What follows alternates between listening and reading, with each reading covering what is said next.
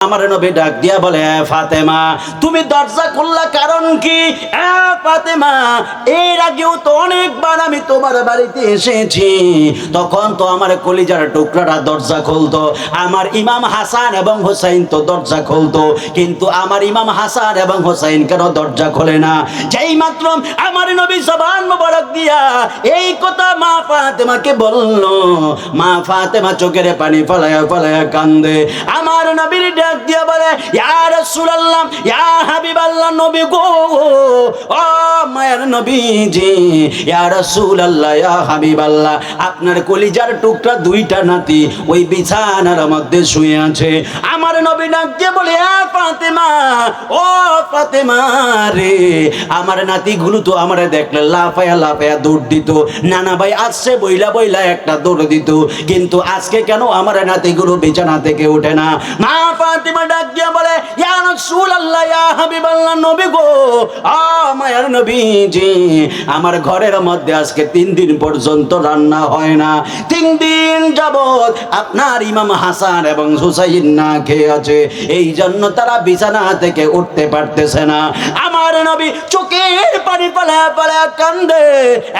সুবাইর কান্দির বাবারা, যেই নবীর না বানাইলে আল্লাহ কিছু বানাইতো না, আসমান জমিন লৌহ কলম চাঁদছি তারা কোনো কিছুই বানাইতো না। ওই রহমাতুল লিল আলামিনের নাতি, এরা তো দুনিয়ার সাধারণ কোনো মানুষ নয়, এরা তো সাইয়্যিদা শাবাবি আহলিল জান্নাহ, যারা হলো জান্নাতি যুবকদের সর্দার। জান্নাতি যুবকদের সর্দার হওয়ার পরে ঘরের মধ্যে 3 দিন যাবত খাবার নাই। যুবক ভাইয়েরা, খুব গভীর মনোযোগ দিয়ে বয়ানটা শুনবেন। ইমাম হাসান এবং হুসাইন বিছানা থেকে চোখের পানি ফেলায়া ফেলায়া কান্দে। আমার নবীর ডাক দিয়ে বলে, ও নানা ভাই, ও নানা ভাই, মন চাই উইটা গিয়ে আপনারে ধরি, কিন্তু উঠার মতো কোনো শক্তি নাই। আমার নবী চোখের পানি ফেলায়া ফেলায়া কান্দে। আমার নবী বললেন, নানা ভাই ঠিক আছে, ঠিক আছে, এই কথা বইলা আমার নবী চোখের পানি ফেলায়া ফেলায়া কানতে কানতে আমার নবী বের হইয়া গেলেন। শুহাদায়ে কারবালার ময়দানে নবীর পরিবার বেশি ছিল না, ইয়াজিদ বাহিনী বেশি ছিল? জোরে বলেন কারা? আর নবীর পরিবার আওলাদে রসুল কম ছিল, কিন্তু ইমানি পাওয়ার কাদের বেশি ছিল? আওলাদে রসুলের। কথা কোন ঠিক কিনা বলেন?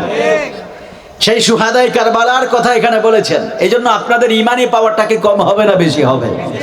আরে জোরে বলেন, বেশি হবে। আওয়াজটা খুব জোরে দিবেন। আমি মাগরিবের পরে সময় নিয়েছি, কারণ আমার আরেকটা প্রোগ্রাম আছে ফরিদগঞ্জ। এটা ছেড়ে আমি আবার ফরিদগঞ্জে যাব। আমাকে মেম্বার সাহেব বলছিলেন, হুজুর এশারের পরে একটু সময় দেন। আমি বলছি সম্ভব না, কারণ এশারের পর হয় 9:30 পরে, আর না হইলে মাগরিবের পরে, কারণ এশারের পরে আমি আবার যে ওটা 8টার দিকে ধরবো। যাই হোক বাবাজিরা আমার, আপনারা বলুন হায়াতের মালিক কে? আরো জোরে বলেন, আল্লাহ। রিজিকের মালিক, সুখের মালিক, দুঃখের মালিক, আমাদের হায়াত মৌতের মালিক, ভালো রাখার মালিক। এই যে মাহফিলে এসেছেন, আসতে যে দিলেন, মালিক কে? আল্লাহ।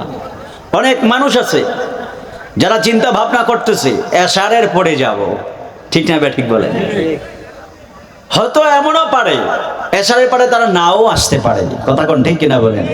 কিন্তু আল্লাহ পাক আপনাদেরকে কবুল করেছেন। এই জন্য মাগরিবের পরে, এটা অত্যন্ত কঠিন একটা সময়, নফসের বিরুদ্ধে জিহাদ করে আপনারা যারা মাহফিলে এসেছেন, আমি দোয়া করি আল্লাহ পাক যেন আমাদের প্রত্যেকের জীবনের গুনাহগুলো মাফ করে দেয়। পড়েন আমিন।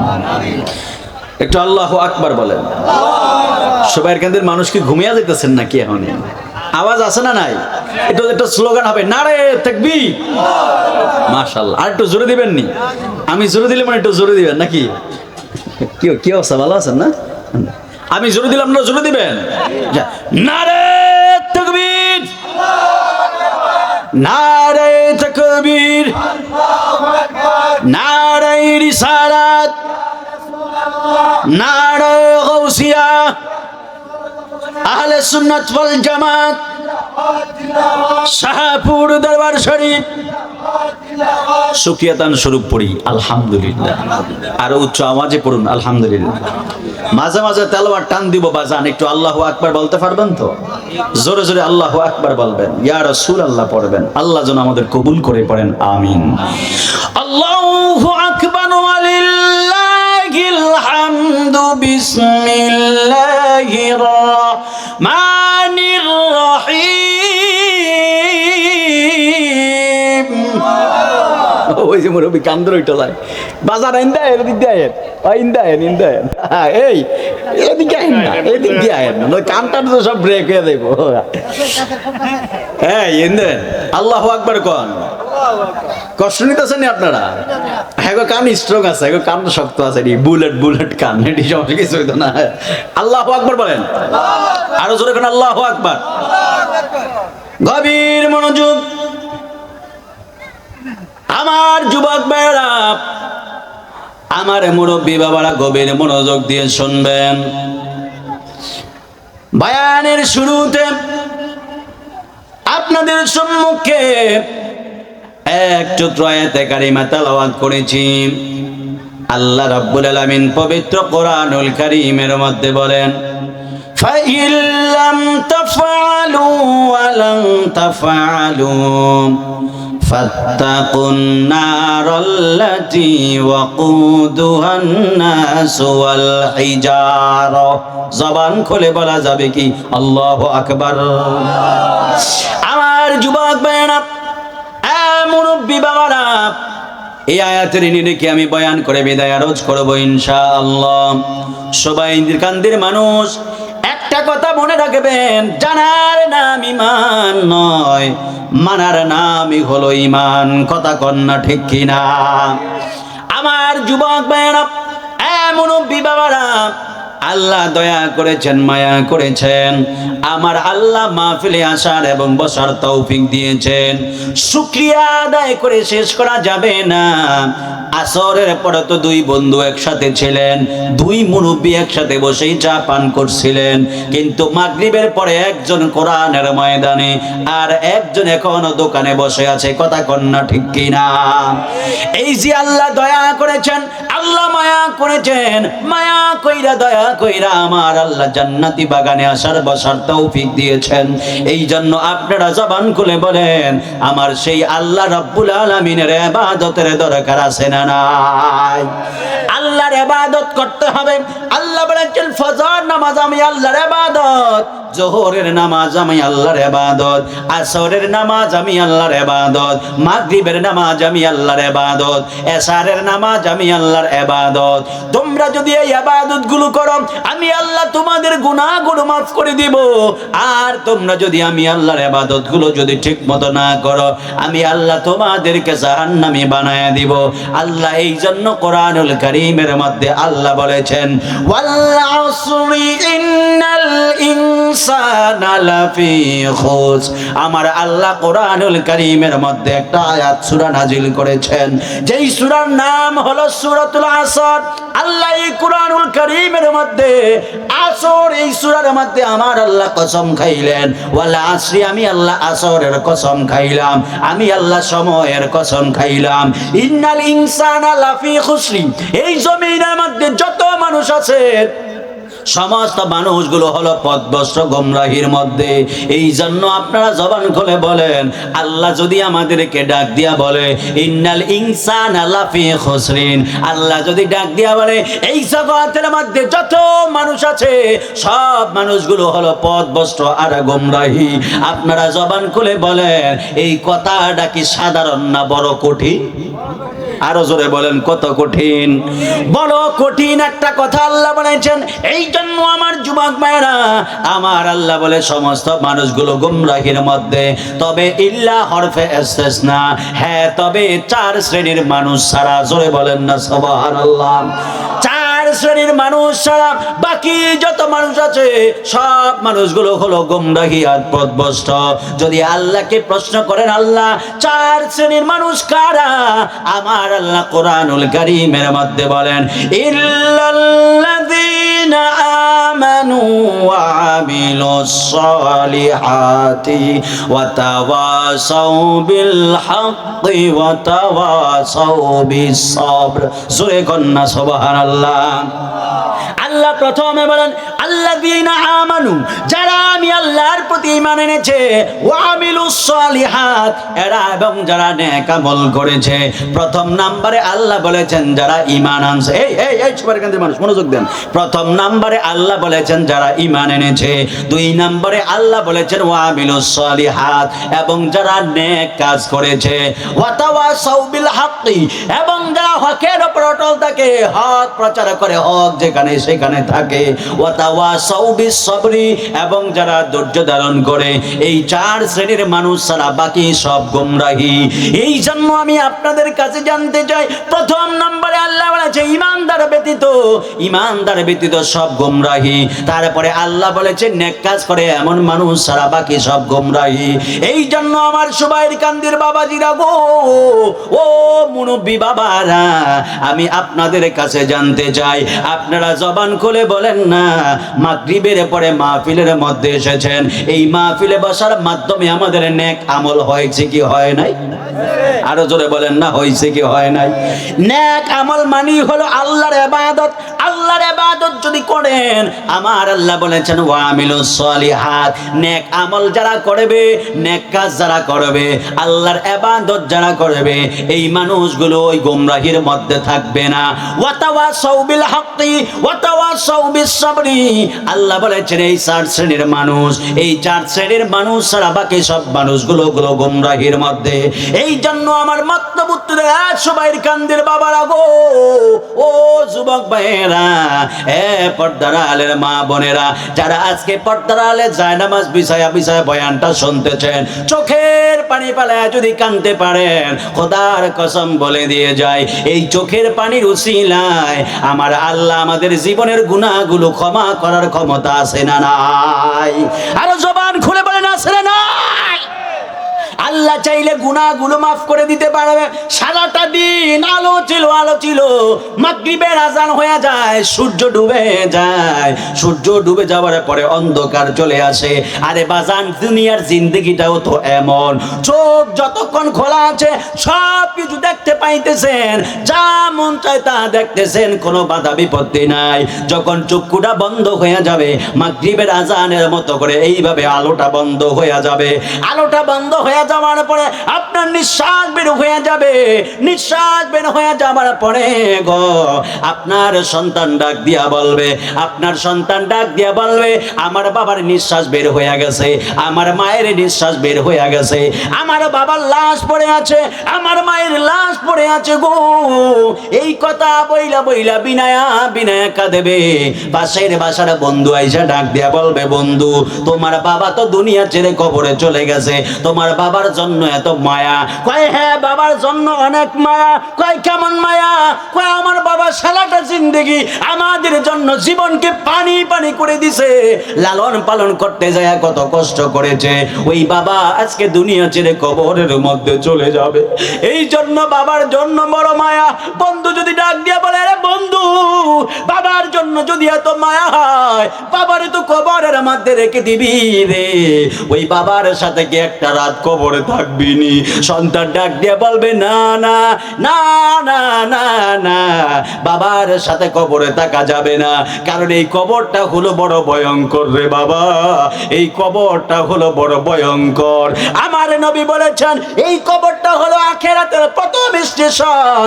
এই কবর যার জন্য ভালো হয়ে যাবে গো, পুরো আখিরাতটা তার জন্য ভালো হয়ে যাবে। এই জন্য আমার সুবাইর কান্দের বাবারা, আমি আপনাদের কাছে জানতে চাই, কবরে ভালো থাকার জন্য আমাদের নেক আমলের দরকার আছে না নাই? আর জবান খুলে কন্যা বাবা আছে না নাই? এ আমার বাবা জিরারে, ও মুরব্বি বাবারা, আমার নবী, আপনার নবী বলেছেন এই কবরে যদি ভালো থাকতে চাও, দুনিয়ার মধ্যে নেক আমল লাগবে। আরে বাবা, কবরটা কত ভয়ঙ্কর জানেননি? আপনার তো কবরের মধ্যে শোয়া দিবে, যেই দিন আপনার কবরের মধ্যে শোয়া দিবে, রাত 12টার দিকে আপনার কবরের পাশে যাইতে ভয় পায়।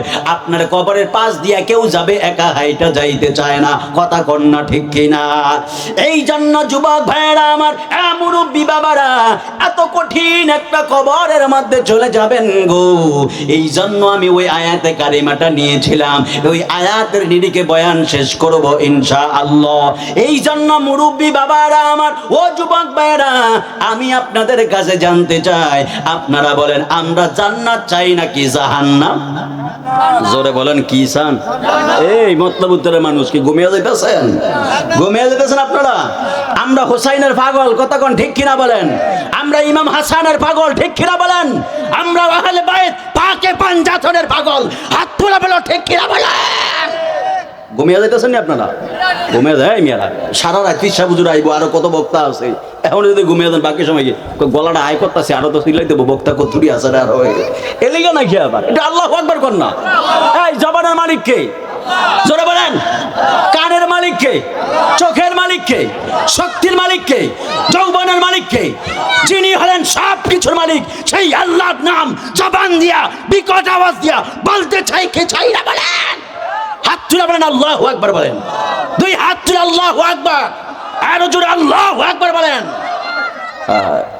গুমান কিলে আমি আবার আরেকটা যাইতাছি না, ওইটা তো আবার 2 ঘন্টা সময় দিতে হইব। কি কন 3-4 ঘন্টা যদি চিল্লাইতে পারি তাহলে আমরা পারতাম না কিলে?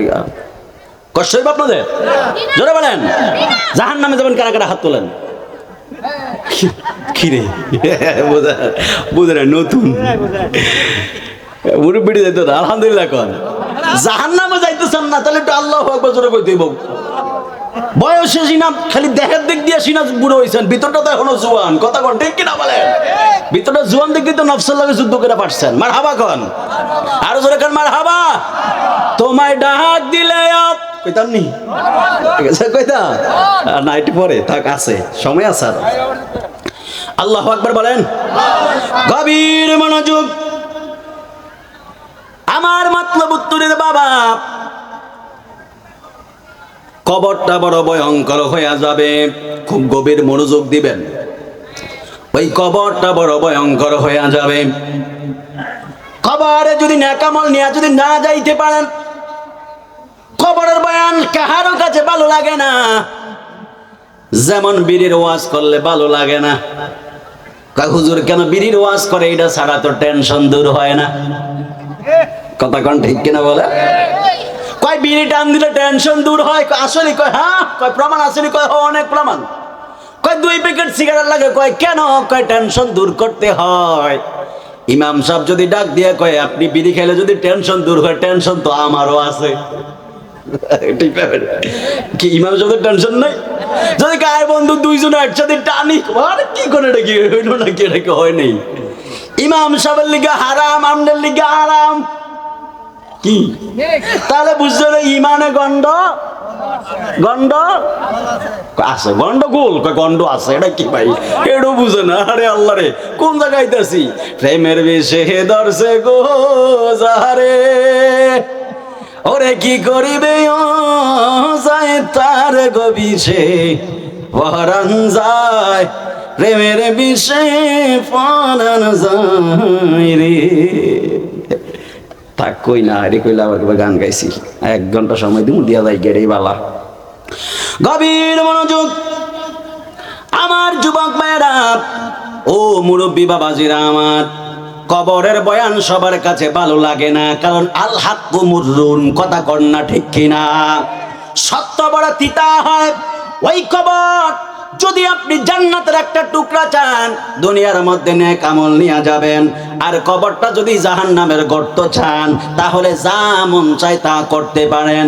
আমার আল্লাহ কুরআনুল কারীমের মধ্যে আমার আল্লাহ বলেছেন, ও আমার আল্লাহ কুরআনুল কারীমের মধ্যে বলেন, ওয়াকুদুহান নাসু ওয়াল হিজারা। জবান খুলে বলা যাবে কি আল্লাহু আকবার? আল্লাহ কয় ফাইল্লাম তাফআলু ওয়ালান তাফআলু ফাত্তাকুন নার। এ বান্দা ফাত্তাকুন নার, ফাত্তাকুন নার, বান্দা জাহান্নামের আগুন রে ভয় কর। এই জাহান্নামের আগুন রে ভয় করতে হবে। যদি জাহান্নামের আগুন রে ভয় না করো, এই জাহান্নাম তোরে এমন ভাবে ধরে নিয়ে আসবে। আমার নবী, আপনার নবী বলেছেন, হাসরের ময়দানে আমার আল্লাহ জাহান্নাম রে বন্দি করতে চাইবে। জাহান্নাম দৌড় দিয়া দিয়া মানুষের কাছে চলে আসবে। আল্লাহ ডাক দিয়া কয়, জাহান্নাম কোথায় যাও এমন ভাবে জাহান্নাম ডাক দিয়া কয় আল্লাহ গো বড় ক্ষুধা লাগছে, বড় ক্ষুধা লাগছে, আমি বড় পিপাসায় কাতর হয়ে গেছি, ক্ষুধার যন্ত্রণা ছটফট করতেছি। আল্লাহ ডাক দিয়া কয় জাহান্নাম তুমি কি চাও? জাহান্নাম কয় আমার ভিতরে মানুষ দেন, আমার ভিতরে পাথর দেন। ও জাহান্নাম কেন এমন ভাবে পাগল? জাহান্নাম ডাক দিয়া কয় আল্লাহ গো ও আমার আল্লাহ এই মানুষ এবং পাথর হলো আমার খাবার, এই জন্য আমার আল্লাহ কোরআনুল কারীমের মধ্যে বলেছেন ফাত্তাকুন নার, আ বান্দা জাহান্নামের আগুন রে ভয় কর, জাহান্নামের আগুন রে ভয় করতে হবে। কারণ ওয়াকুদুহান নাসু ওয়াল হিজারা, আমি আল্লাহ জাহান্নামের লাকড়ি যেই জিনিসটারে বানাবো, এই দুইটা জিনিস আমি আল্লাহ জাহান্নামের লাকড়ি বানাবো। যদি আল্লাহকে প্রশ্ন করেন আল্লাহ জাহান্নামের লাকড়ি হবে কি কি, আমার আল্লাহ ডাক দিয়ে কয় মানুষ এবং পাথর হবে জাহান্নামের লাকড়ি। জবান খুলে বলা যাবে কি বাবা নাউজুবিল্লাহ? আরে বাবা মানুষ এবং পাথর যদি জাহান্নামের লাকড়ি হয়, আমি আপনি তো মানুষ, আমাদের অবস্থাটা তো বড় ভয়ঙ্কর হয়ে যাবে।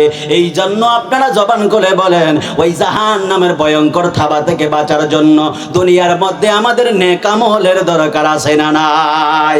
এই আওয়াজে হবে না আরো জবান খুলে কন্যা আছে না নাই? এই সুহাদায়ে কারবালার কথা যেন বলেন যে এই জন্য আমি ইমাম হাসান এবং হুসাইন কে একটু বয়ান করে তারপরে বিদায় আরজ করব। আমার নবী একদিন মা ফাতেমাতুজ জোহরা রাদিয়াল্লাহু তাআলা আনহার বাড়ির মধ্যে গেলেন। ঘরের দরজার মধ্যে যাইয়া আমার নবী এমন ভাবে আওয়াজ দেন, আওয়াজ দেওয়ার পরে ভিতরে আমার নবী সালাম দিলেন, সালাম দেওয়ার পরে দরজার মধ্যে নক দিলেন। ভিতর থেকে মা ফাতেমাতুজ জোহরা রাদিয়াল্লাহু তাআলা আনহা দরজা খুললেন। খোলার পরে আমার নবী ডাক দিয়া বলে ফাতেমা তুমি দরজা খুললা কারণ কি? ফাতেমা এর আগেও তো অনেকবার আমি তোমার বাড়িতে এসেছি, তখন তো আমার কলিজার টুকরাটা দরজা খুলতো, আমার ইমাম হাসান এবং হোসেন তো দরজা খুলতো, কিন্তু আমার ইমাম হাসান এবং হোসেন কেন দরজা খোলে না? যেই মাত্র আমার নবী জবান মোবারক দিয়া এই কথা মা ফাতেমাকে বলল, মা ফাতেমা চোখের পানি ফলায়া ফলায়া কান্দে। আমার নবীর ডাক দিয়া বলে ইয়া রাসূলুল্লাহ ইয়া হাবিবাল্লাহ নবী গো ও মায়ের নবীজি ইয়া রাসূলুল্লাহ ইয়া হাবিবাল্লাহ আপনার কলিজার টুকরা দুইটা নাতি ওই বিছানার মধ্যে শুয়ে আছে। আমার নবী ডাক দিয়ে বলে ফাতেমা ও ফাতেমা রে আমার নাতিগুলো তো আমারে দেখলে লাফায়া লাফায়া দৌড় দিত, নানা ভাই আসছে বইলা বইলা একটা দৌড় দিত, কিন্তু আজকে কেন আমার নাতিগুলো বিছানা থেকে ওঠে না? মা ফাতেমা ডাক দিয়ে বলে ইয়া রাসূলুল্লাহ ইয়া হাবিবাল্লাহ নবী গো আ মায়ের নবীজি আমার ঘরের মধ্যে আজকে 3 দিন পর্যন্ত রান্না হয় না, 3 দিন যাবত আপনার ইমাম হাসান এবং হুসাইন না খেয়ে আছে, এই জন্য তারা বিছানা থেকে উঠতে পারতেছে না। আমার নবী চোখের পানি ফেলা ফেলা কান্দে। সুবাইর কান্দির বাবারা যেই নবীর না বানাইলে আল্লাহ কিছু বানাইতো না, আসমান জমিন লৌহ কলম চাচ্ছি তারা কোনো কিছুই বানাইতো না। ওই রহমাতুল লিল আলামিনের নাতি এরা তো দুনিয়ার সাধারণ কোনো মানুষ নয়, এরা তো সাইয়্যিদা শাবাবি আহলিল জান্নাহ, যারা হলো জান্নাতি যুবকদের সর্দার। জান্নাতি যুবকদের সর্দার হওয়ার পরে ঘরের মধ্যে 3 দিন যাবত খাবার নাই। যুবক ভাইয়েরা খুব গভীর মনোযোগ দিয়ে বয়ানটা শুনবেন। ইমাম হাসান এবং হুসাইন বিছানা থেকে চোখের পানি ফেলায়া ফেলায়া কান্দে। আমার নবীর ডাক দিয়ে বলে ও নানা ভাই মন চাই ওইটা গিয়ে আপনারে ধরি, কিন্তু উঠার মতো কোনো শক্তি নাই। আমার নবী চোখের পানি ফেলায়া ফেলায়া কান্দে। আমার নবী বললেন নানা ভাই ঠিক আছে এই কথা বইলা আমার নবী চোখের পানি ফেলায়া ফেলায়া কানতে কানতে আমার নবী বের হইয়া গেলেন। বের হইয়া যাবার পরে আমার নবী একটা ইহুদির বাগানে গেলেন। ইহুদির বাগানে যাওয়ার পরে আমার নবী ইহুদির ডাক দিয়ে বলে ইহুদি কাজ যাচ্ছে নি আমারে কাজ দাও। ইহুদি ডাক দিয়ে বলে না কোনো কাজ নাই। আমার নবী কয় আমার একটা কাজ দাও যদিও অল্প হয়। হয়। ইহুদি কয় আপনারা কোনো দিরহাম দেওয়া যাবে না, তবে যদি কাজ করেন আপনারা খেজুর দেওয়া যাবে, এর বেশি দেওয়া যাবে না। আমার নবী ডাক দিয়ে বলে হ্যাঁ ঠিক আছে।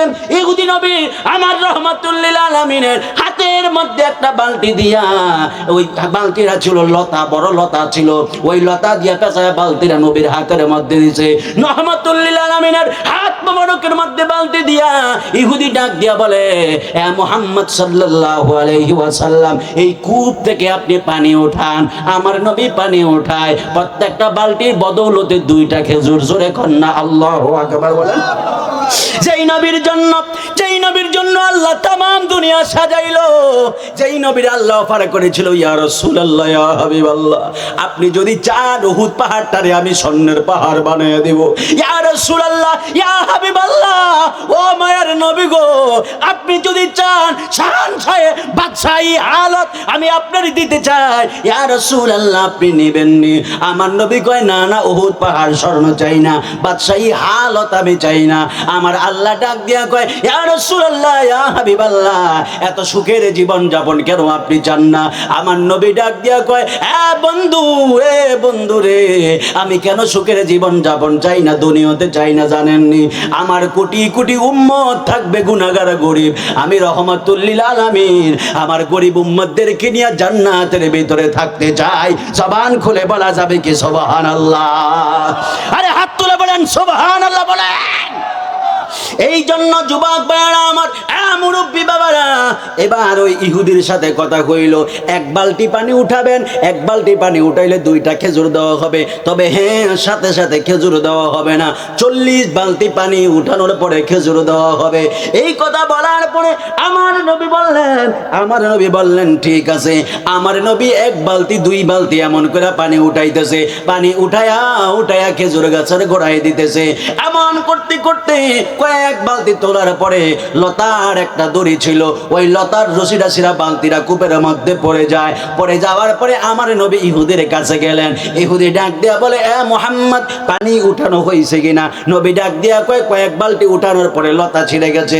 এই কথা বলার পরে ইহুদি ডাক দিয়া বলে বালতি তুমি উঠাও। জবান খুলে বলা যাবে কি নাউজুবিল্লাহ?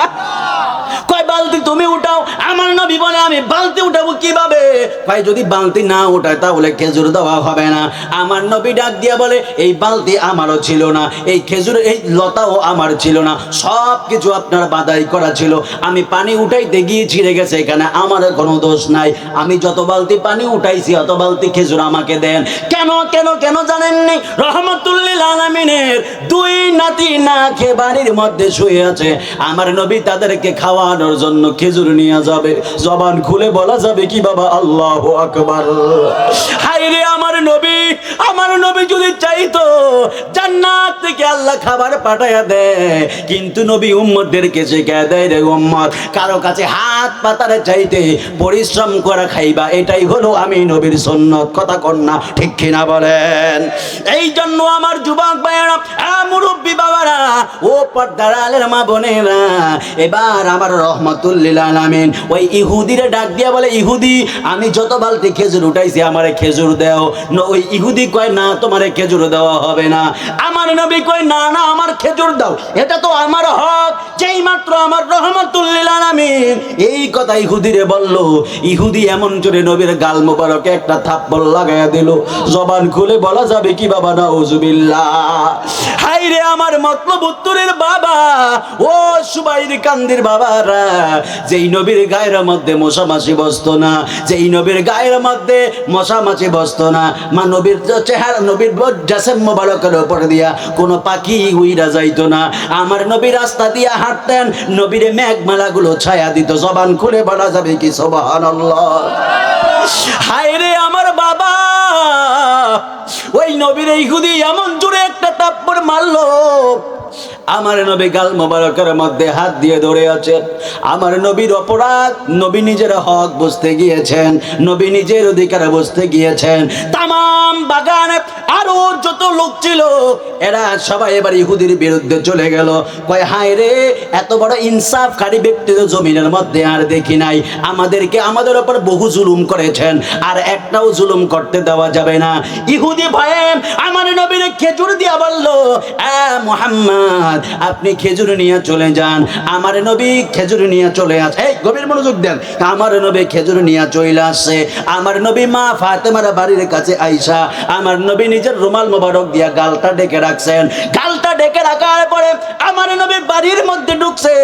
আমার নবী মনে মনে বলে, আমার নবী তো জানে আমার ফাতেমা যদি দেখে আমার গালের মধ্যে থাপ্পড়ের দাগ, আমার নবীর চেহারা কত সুন্দর, আমার নবীর গালের মধ্যে থাপ্পড় মারছে রে, আমার নবীর গাল মোবারকের মধ্যে থাপ্পড় মারছে। আমার নবী বললেন, আমার ফাতেমা যদি দেখে রে, আমার ফাতেমা যদি দেখে আমার গালের মধ্যে থাপ্পড়ের দাগ, ফাতেমা যদি আল্লাহর কাছে একবার দোয়া করে, আল্লাহ এই আরবের মানুষ আমার বাবার গায়ের মধ্যে থাপ্পড় মেরেছে, এই মানুষদের বিচার তুমি কইরো। ফাতেমার জবান থেকে এই কথা বলতে দেরি হবে, আল্লাহ তামাম আরবের জমিনটারে উল্টাইয়া দিতে দেরি হবে না। কথা কন না ঠিক কিনা? এই হাত তুলে বলো ঠিক কিনা বলে। ফাতেমা বললেন, আমার নবী বললেন, আমি বাড়ির মধ্যে গেলাম, বাড়ির মধ্যে যায় খেজুর দিয়া চলে আসলাম, এই দিক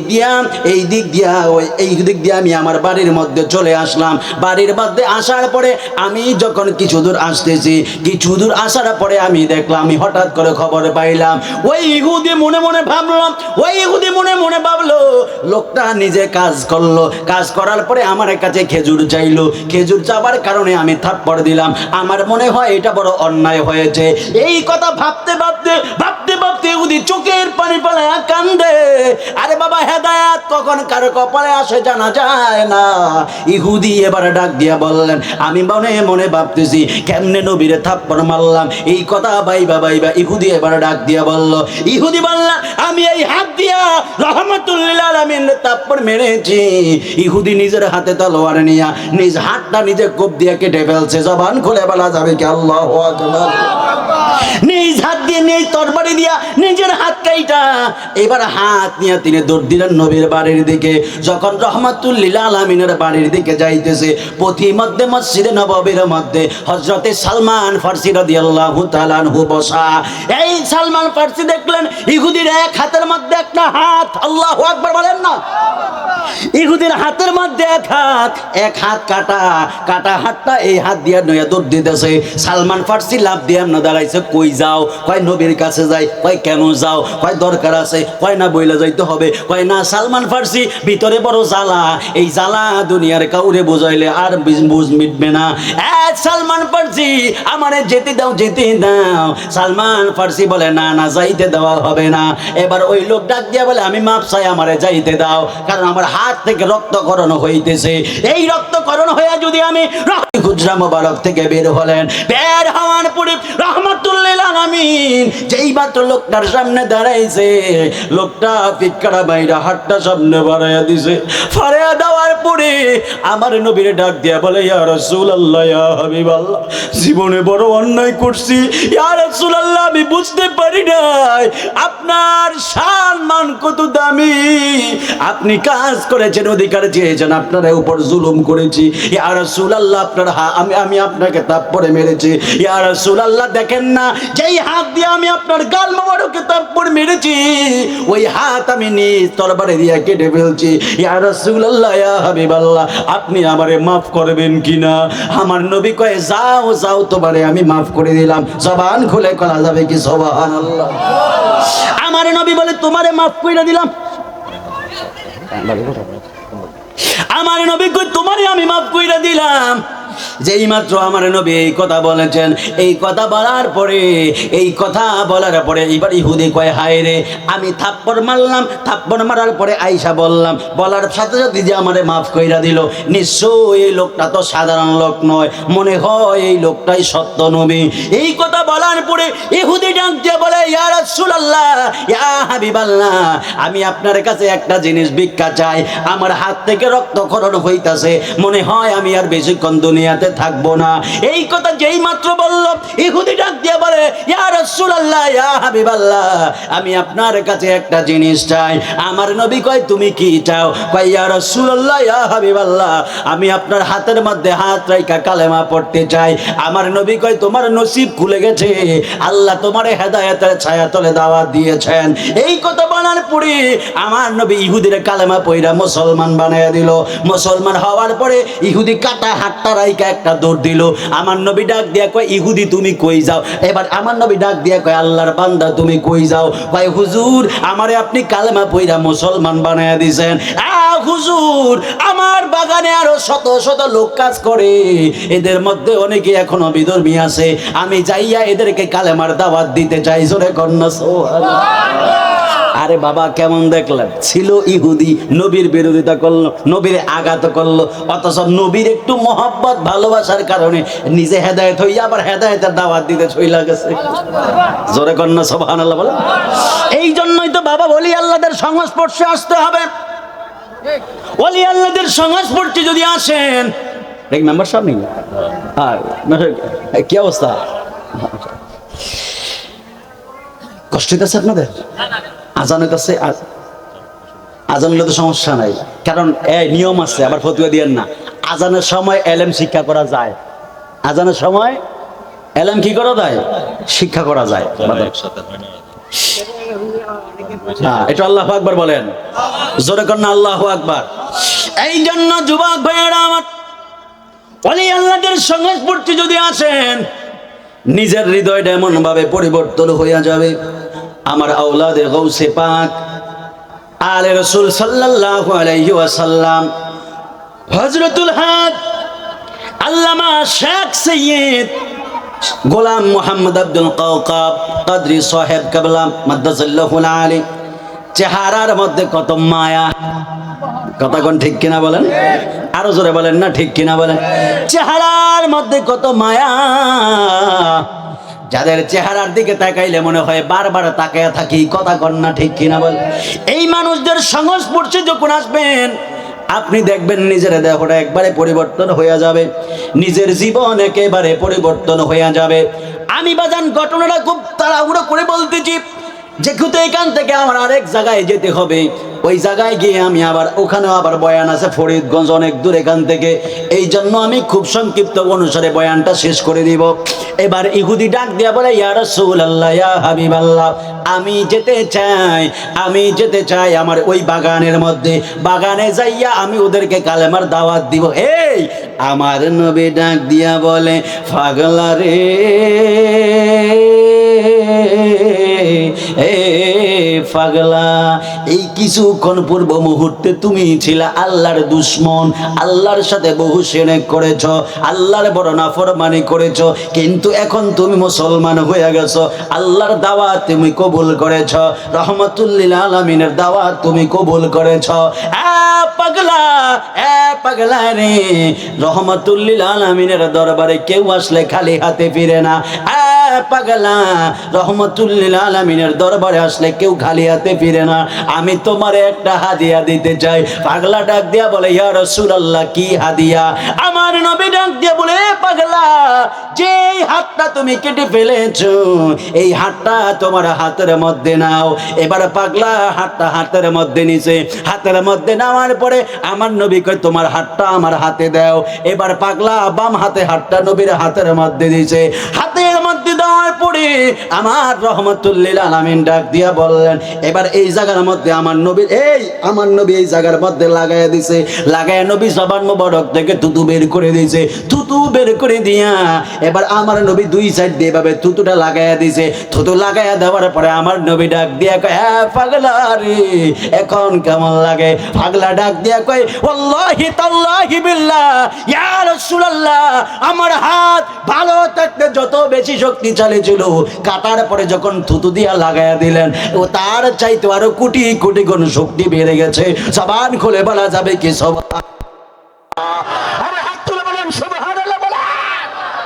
সোনার মদিনা, প্রাণের মদিনা, সোনার মদিনা, প্রাণের মদিনা, দেখিব তোমায় কেমনে বলো মন তো মানে না, দেখিব তোমায় কেমনে বলো মন তো। গাইতে পারতেন না আপনারা? গজল কি খুব বেশি গেলেছি বাজান? একটা গজল তো গাই না, দুইটা টান দিছিলাম, ডরে গাই না, আবার গান গুন কইব দেখে ডরে গাই না। এখন এক বিদায় বেলা একটা গজল গাম, কষ্ট করি আপনাদের কন্যা রহমতুল্লিল আলামিন খুশি হইতে পারে কি পারে না? আমার নামে যদি ওই পাগলারে যদি ইহুদির পর থেকে যদি হাত আবার থুতু দিয়া জোড়া লাগাইতে পারে, সেই রহমতুল্লিল আলামিন চাইলে আমাদের সবাই কান্তি ভাঙ্গা করে আইসা দেখা দেওয়ার ক্ষমতা আছে না? দুই হাত ধরে বলেন আছে না নাই বলে তো জবানটা দিয়ে গাইবেন না ইনশাল্লাহ? জবানে দিয়ে গেলেন না? সোনার মদিনা প্রাণের মদিনা, সোনার মদিনা না, দেখিব তোমায় কেমনে বলো মন তো মানে না, দেখিব তোমায় কেমনে বলো মন তো মানে না, সোনার মদিনা আহা প্রাণ না, সোনার মদিনা আহা এ ফোন গাছ না, গাছ না বাদাম তো কণ্ঠ সুন্দর তো শুনছি। আহা দেখিব তোমায় কেমনে বলো, জোরে জোরে গাও, কণ্ঠ সুন্দর হইব জোরে। আহা দেখিব তোমায় কেমনে বলো মন তো মানে না, আরে মদিনাওয়ালার ভালোবাসা আছে যার ভিতরে, মন কিরে আর থাকতে পারে এই দেশেতে পরে, মন কিরে আর থাকতে পারে এই দেশেতে পরে, মদিনাওয়ালার ভালোবাসা আছে যার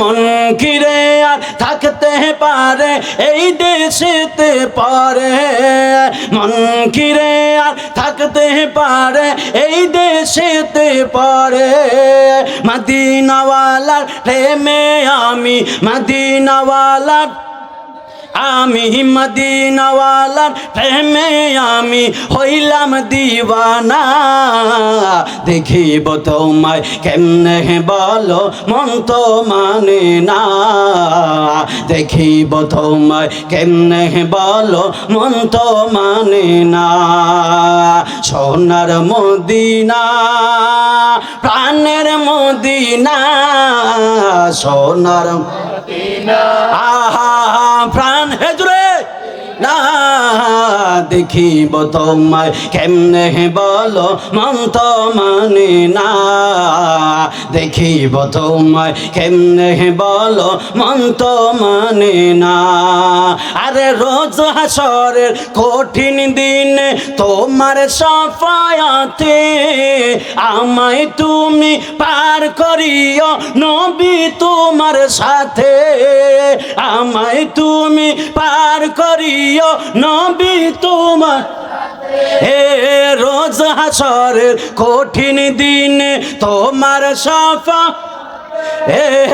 আমায় তুমি পার করিও নবী তোমার সাথে, আমায় তুমি পার করিও সাথে, মদিনাওয়ালা হলো আমার মদিনাওয়ালা হলো আমার ইমানের ঠিকানা, দেখিব তোমায় কেমনে বলো মন তো মানে না, দেখিব তোমায় কেমনে বলো মন তো মানে না, সোনার মদিনা আহা প্রাণের মদিনা আহা সোনার মদিনা।